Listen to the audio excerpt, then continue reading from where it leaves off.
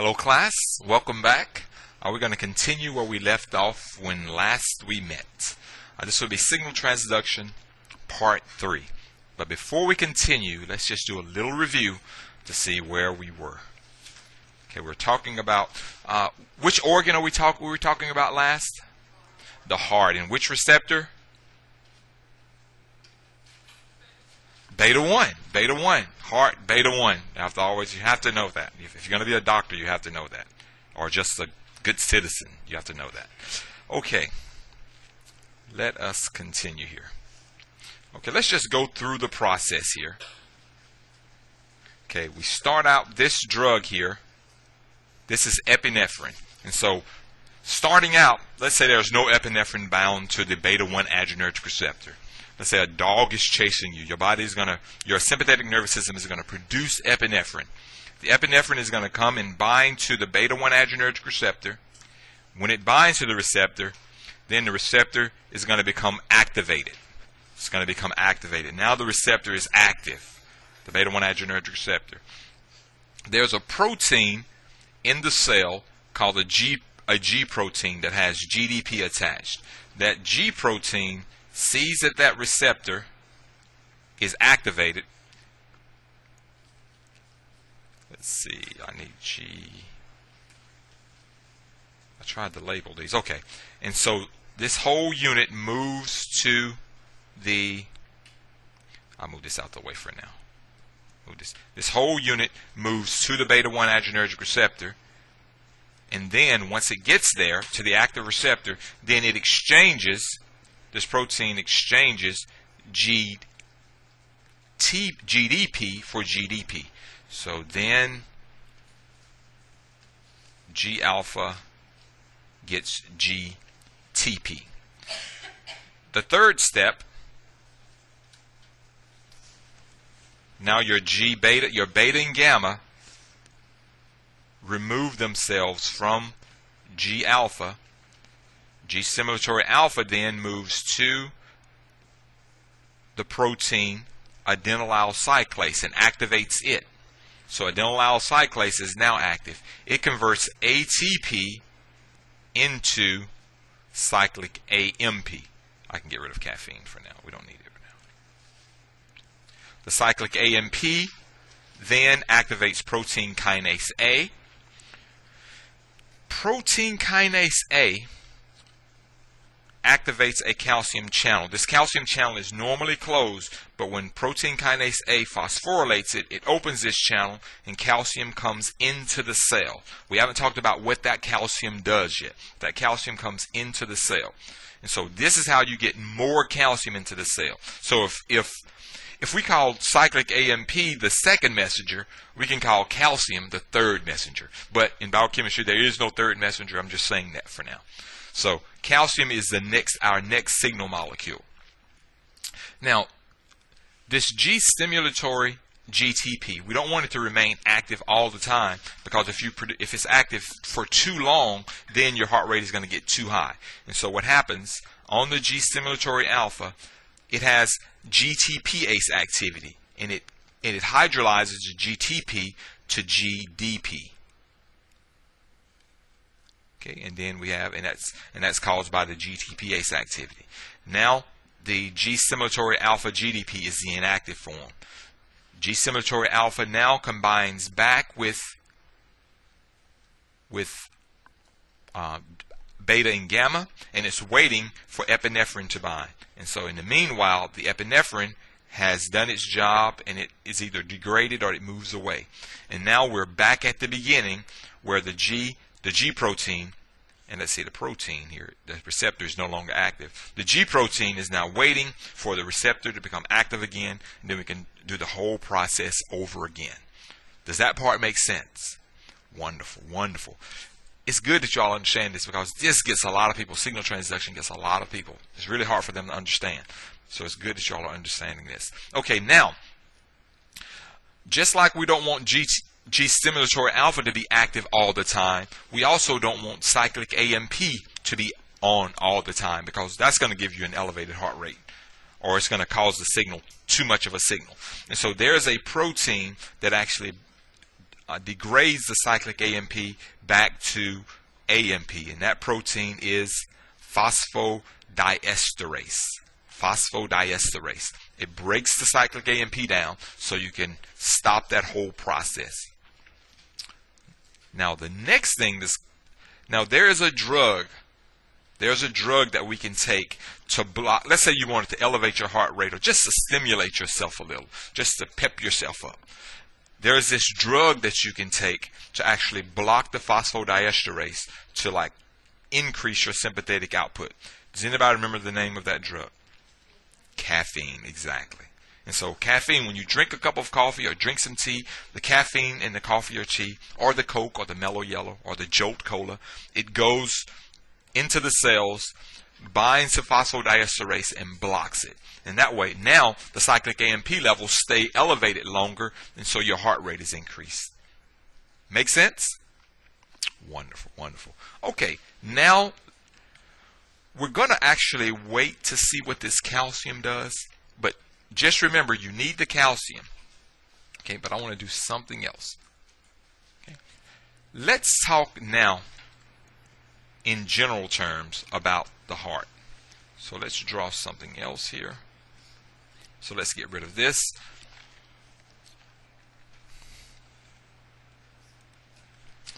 Okay.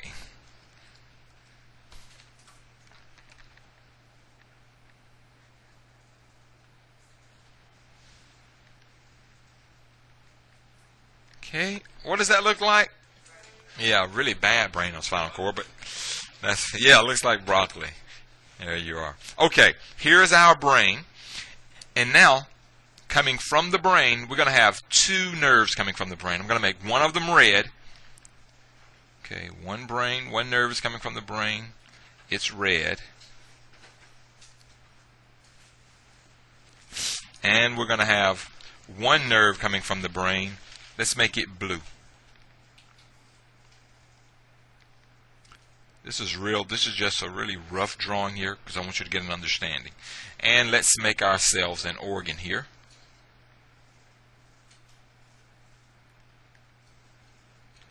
Okay, what organ does that want to be? Very good, the heart. Let's make its 4 chambers. Okay. Let's call the red nerve, let's call this a sympathetic nerve. So the red nerve is going to be sympathetic. I'm going to zoom in here.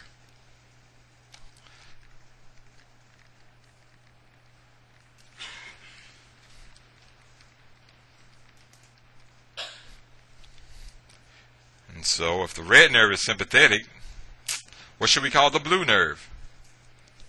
Parasympathetic.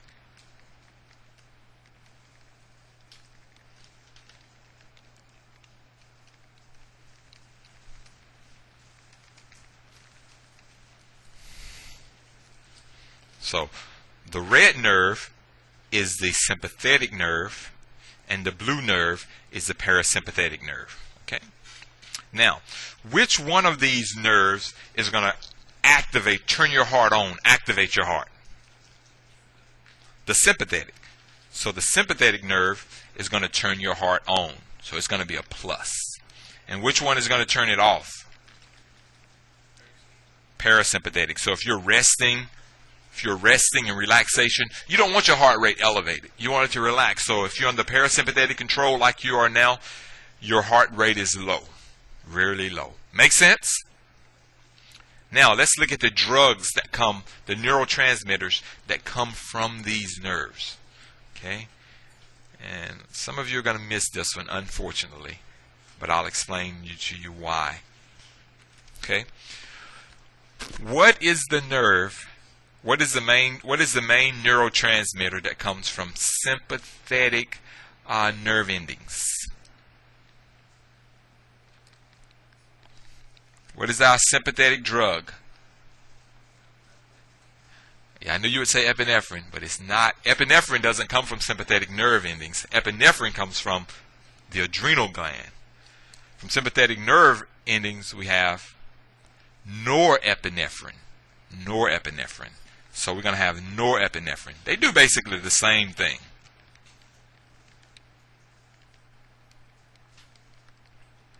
So you want to think of norepinephrine as a neurotransmitter and think of adrenaline or epinephrine as a hormone because it goes into circulation. That's just a way to think of it. Sometimes you have epinephrine coming from nerve endings, but not a lot. You want to think of epinephrine as a neurotransmitter. It comes from the nerve endings. And the way I remember it, norepinephrine. Yeah, NE, norepinephrine, comes from NE, nerve endings. Norepinephrine, nerve endings. If you can just make that relationship in your mind, NE, norepinephrine comes from nerve endings. It's a neurotransmitter. Think it's more of a neurotransmitter. Whereas epinephrine comes from the adrenal gland, and it goes into the bloodstream, so it's more like a hormone. A very fast-acting hormone. Kind of makes sense? Okay, very good. And now from your parasympathetic nerves, I haven't even gone over this with you, so there's no way you would know what this drug is. But does anybody have any idea what drug comes from parasympathetic nerve endings? It's the same drug that's found in it's the same neurotransmitter that's found in our skeletal system that goes to neuromuscular junctions. But that's called acetylcholine.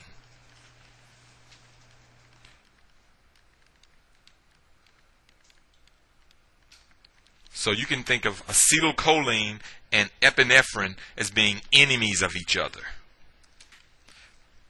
They're enemies. They always work against one another. If you want sympathetic control, you're going to produce epinephrine. If you want parasympathetic control, you're going to produce acetylcholine. Question.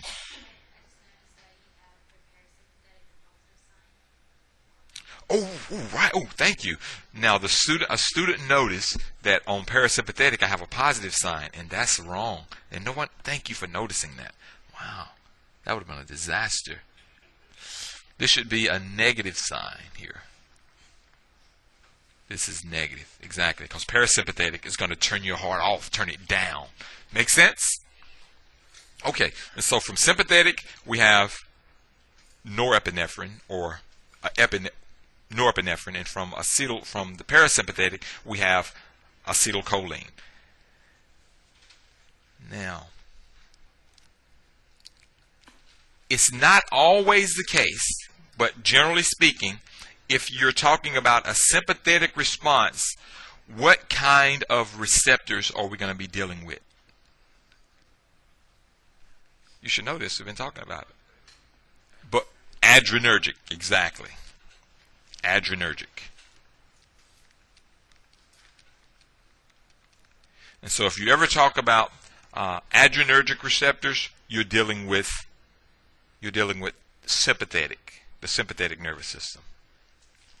Okay, and let's see if you can figure this one out here. What type of receptors are going to be associated then with parasympathetic?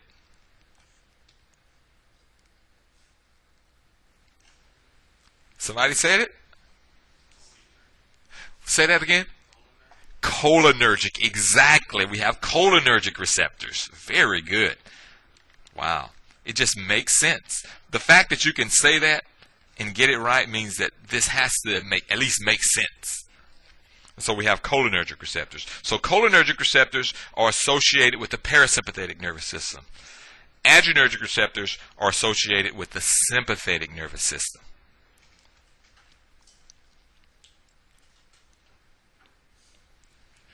Okay. Now, we're going to go back to our heart in just a second, but before we do, there's one thing that sometimes confuses students, and I want to explain that to you now about the cholinergic receptor. Okay, and I'm going to draw here. There are two types of How many types of adrenergic receptors are there? 4. 4 basically. There are two types of cholinergic receptors, and they are very different from one another. So let's just look at these here. So here we have a cell. This is a cell membrane I'm going to draw here. That's a cell membrane. And on that membrane, we're going to have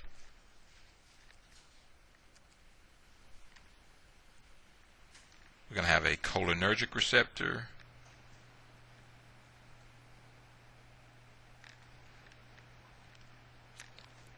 One, two, three, four, five, six, seven. So this is a cholinergic receptor here.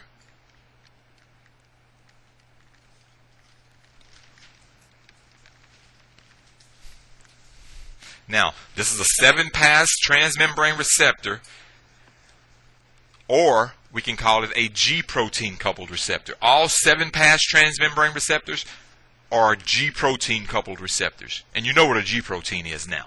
So this one is going to associate with a G protein as well. But we don't have to talk about that right now. So this is the cholinergic receptor. There are two types of cholinergic receptor. This is one type, and I'm going to draw for you. I'm going to draw a structure. I'm going to draw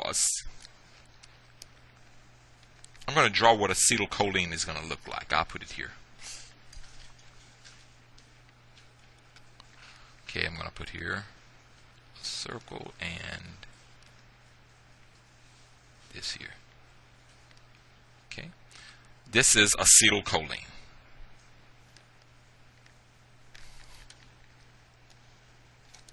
And I want you to draw it this way because something will make sense later on. Acetylcholine.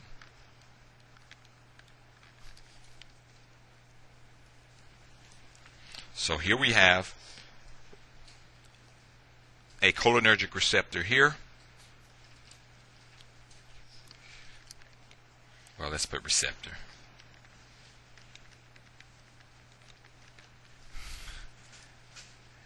And let's draw another cholinergic receptor over here. We're going to have another cholinergic receptor here.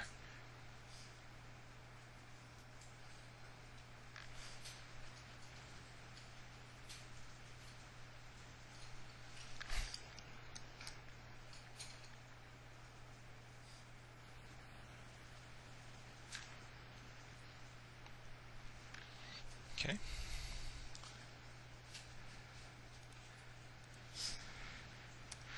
I'm going to actually shade this here.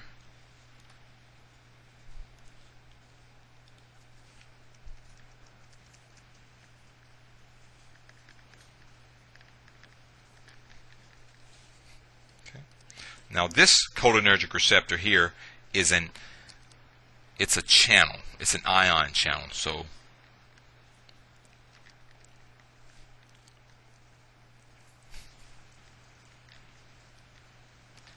this is another cholinergic receptor.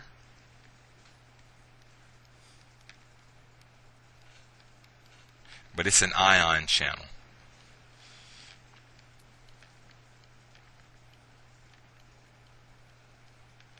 So if you have an ion out here, we have an ion on the outside of the cell.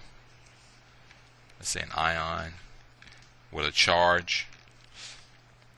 Then once acetylcholine binds to that receptor, then that ion can move into the cell.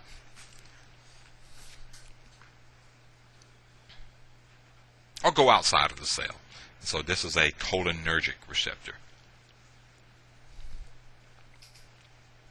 Now, for this first receptor here, scientists discovered that this receptor here, there is a chemical called muscarine. M-U-S-C-A-R-I-N-E.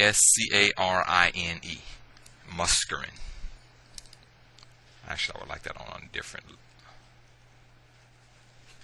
Okay, I'm going to redraw that. Okay, here we have a chemical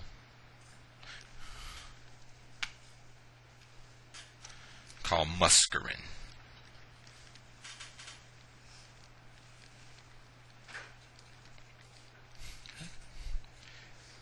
And this chemical muscarine can bind to, it can come in and bind to this cholinergic receptor.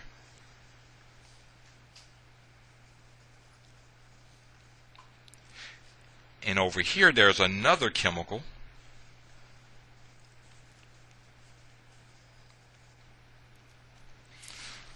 this chemical here.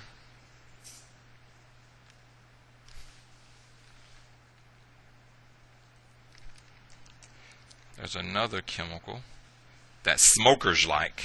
Smokers love this chemical here. Exactly, called nicotine.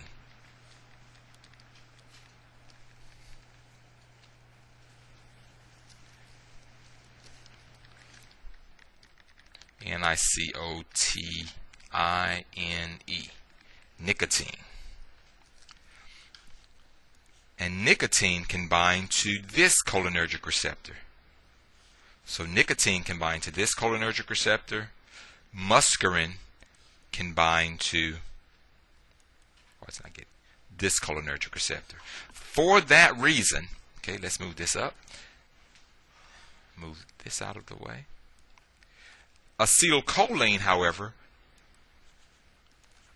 and you should be able to look at this and see that this is the case. Acetylcholine can bind to this cholinergic receptor, and it can bind to this ion channel cholinergic receptor.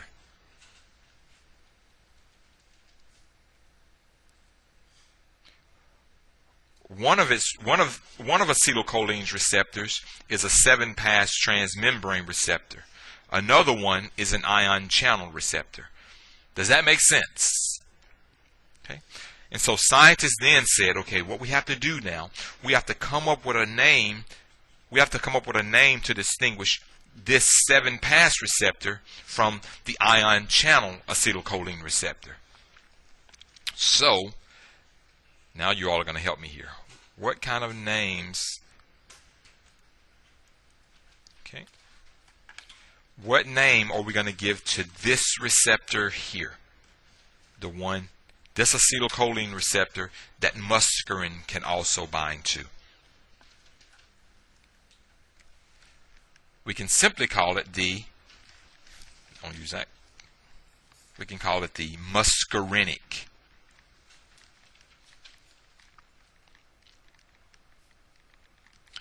We call it the muscarinic cholinergic receptor because it can bind to muscarine as well as acetylcholine. And it's a 7-pass transmembrane receptor. Make sense? Then they said, well, we need to come up with a name of this ion channel receptor that binds to acetylcholine. What could they name that one?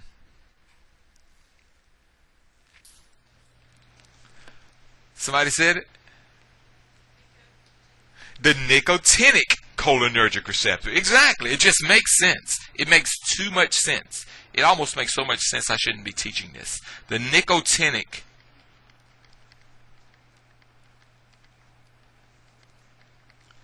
cholinergic receptor. I can remember when I was in grad school and I took, what is it? It was called medicinal chemistry. It was like a pharmacology course. And they would talk about the muscarinic cholinergic receptor and the nicotinic cholinergic receptor. And I would just be there writing my notes.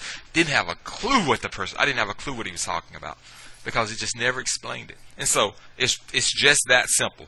The muscarinic cholinergic receptor binds to the drug muscarine. The nicotinic cholinergic receptor, which is an ion channel, binds to nicotine.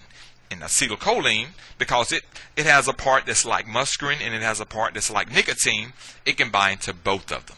Make sense? Excellent, excellent. Okay, let's go away from this now and go back. A second, just grab all of this here and go back here. Okay, now the question is, okay, let's go here and let's see if you all can figure this out. In the heart here, in the heart,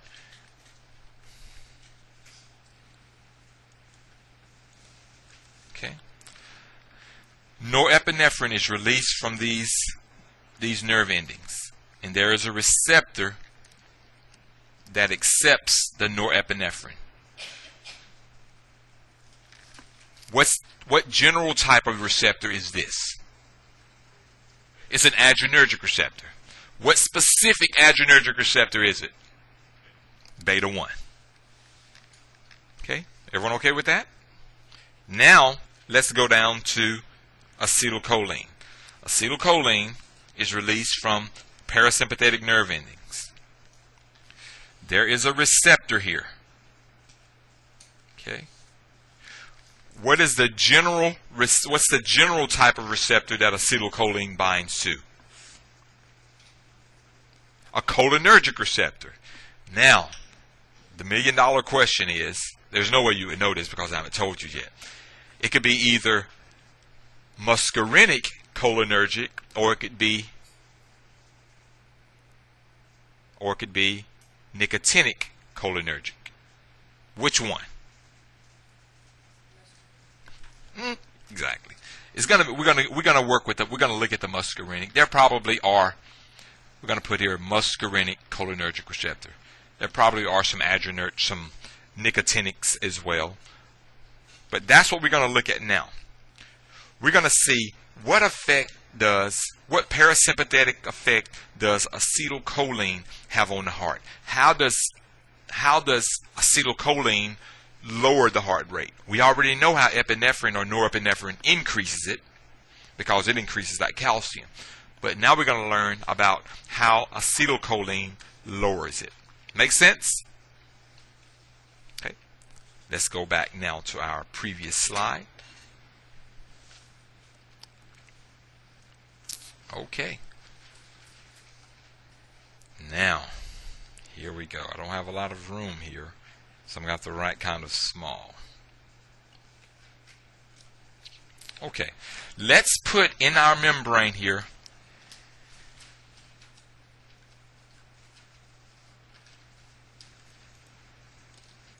this is one we want.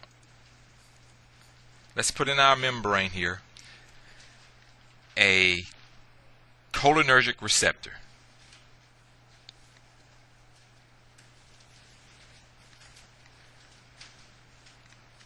One, two, three, four, five, six, seven.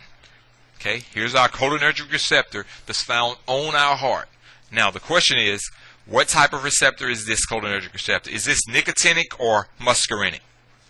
Muscarinic, exactly, muscarinic. And you can think about it this way: muscarine has an S in it, and so this has this S shape. Okay, and so we're going to have a drug here. Okay. Okay. What drug is this? So acetylcholine. We'll just put here. If I just put ACH, would you all remember that? ACH is acetylcholine. So acetylcholine comes in, binds to the muscarinic cholinergic receptor. Okay.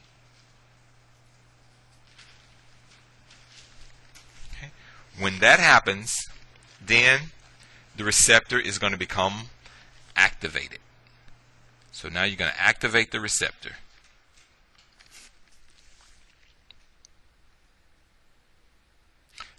What is another name for a 7-pass membrane receptor?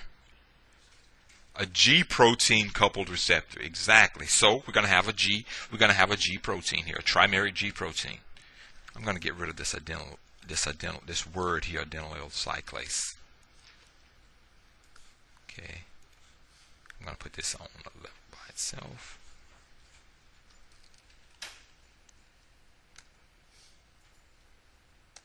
Okay. I just want to be able to get rid of this for now. Now we won't delete it. We'll just remove it for now. Okay, let's go back.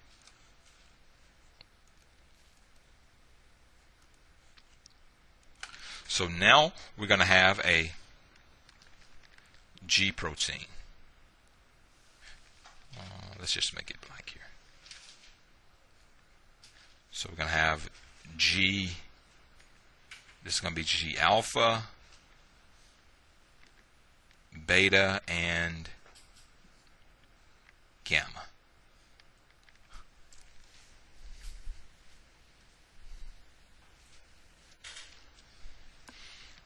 And it's going to have associated with it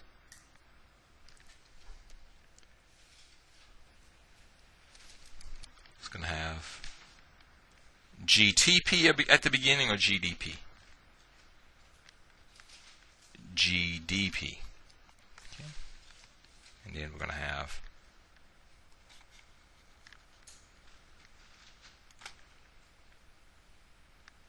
beta and gamma. Now, this G protein is different from the earlier G protein. Okay, so it's going to start in the cytosol, and when it sees that protein, the receptor is activated, it's going to move to the receptor, and then when it moves to the receptor, it's going to exchange what? GDP for GTP. Now, the only thing about this receptor, I want to put this before I make a copy of it.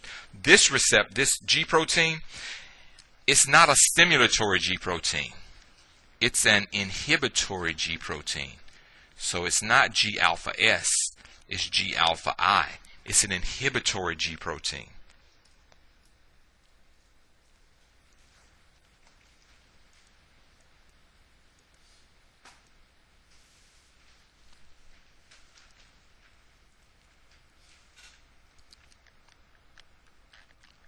Okay.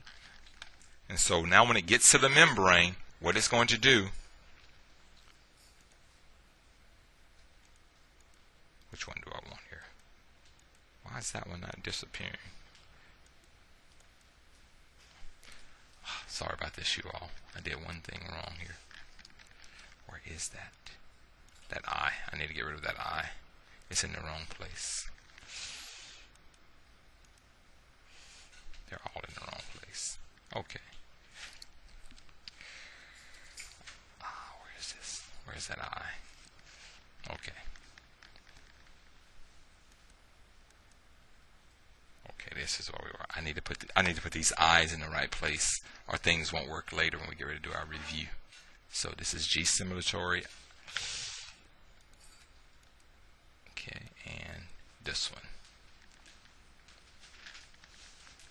Okay, and so what's going to happen? This G alpha inhibitory is going to GDP is going to exchange for GTP. So I'm going to make me a copy of this just so I can fix it.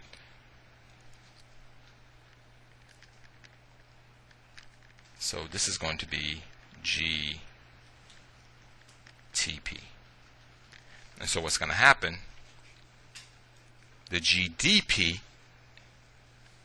is going to be exchanged for GTP. This is just like before. There's nothing new. Make sense? Okay, now you all should know what's going to happen. What's going to be the next step? What's going to happen now? Exactly. It's going to dissociate from beta and gamma. So beta and gamma are going to move out of the way. Well, they're going to move out. They're just going to move out of the way here. Now what's going to happen? It's going to go and affect some protein. But luckily for us, it's the same protein. This G alpha inhibitory is going to move over to adenylyl cyclase. And now, what do you think it's going to do to adenylyl cyclase? What is it going to do to what is G alpha inhibitory going to do to adenylyl cyclase? It's going to inhibit it. It's going to inhibit adenylyl cyclase. And now, the rest of the story is the same. If you don't have adenylyl cyclase, you won't make cyclic AMP. If you don't make cyclic AMP, you don't activate protein kinase A. If you don't activate protein kinase A, you don't cause an influx of calcium. And if you don't cause an influx of calcium, you lower the heart rate. So if you know what the adrenergic receptor does, the muscarinic cholinergic receptor just does the opposite. And this is the mechanism. The acetylcholine receptor uses G alpha inhibitory. Epinephrine's receptor uses G alpha stimulatory. And they both work on the same protein, the same enzyme, adenylyl cyclase. Make sense? And that's how your heart rate can go up or go down. Okay. Any questions? Any questions? Okay, we're going to stop there.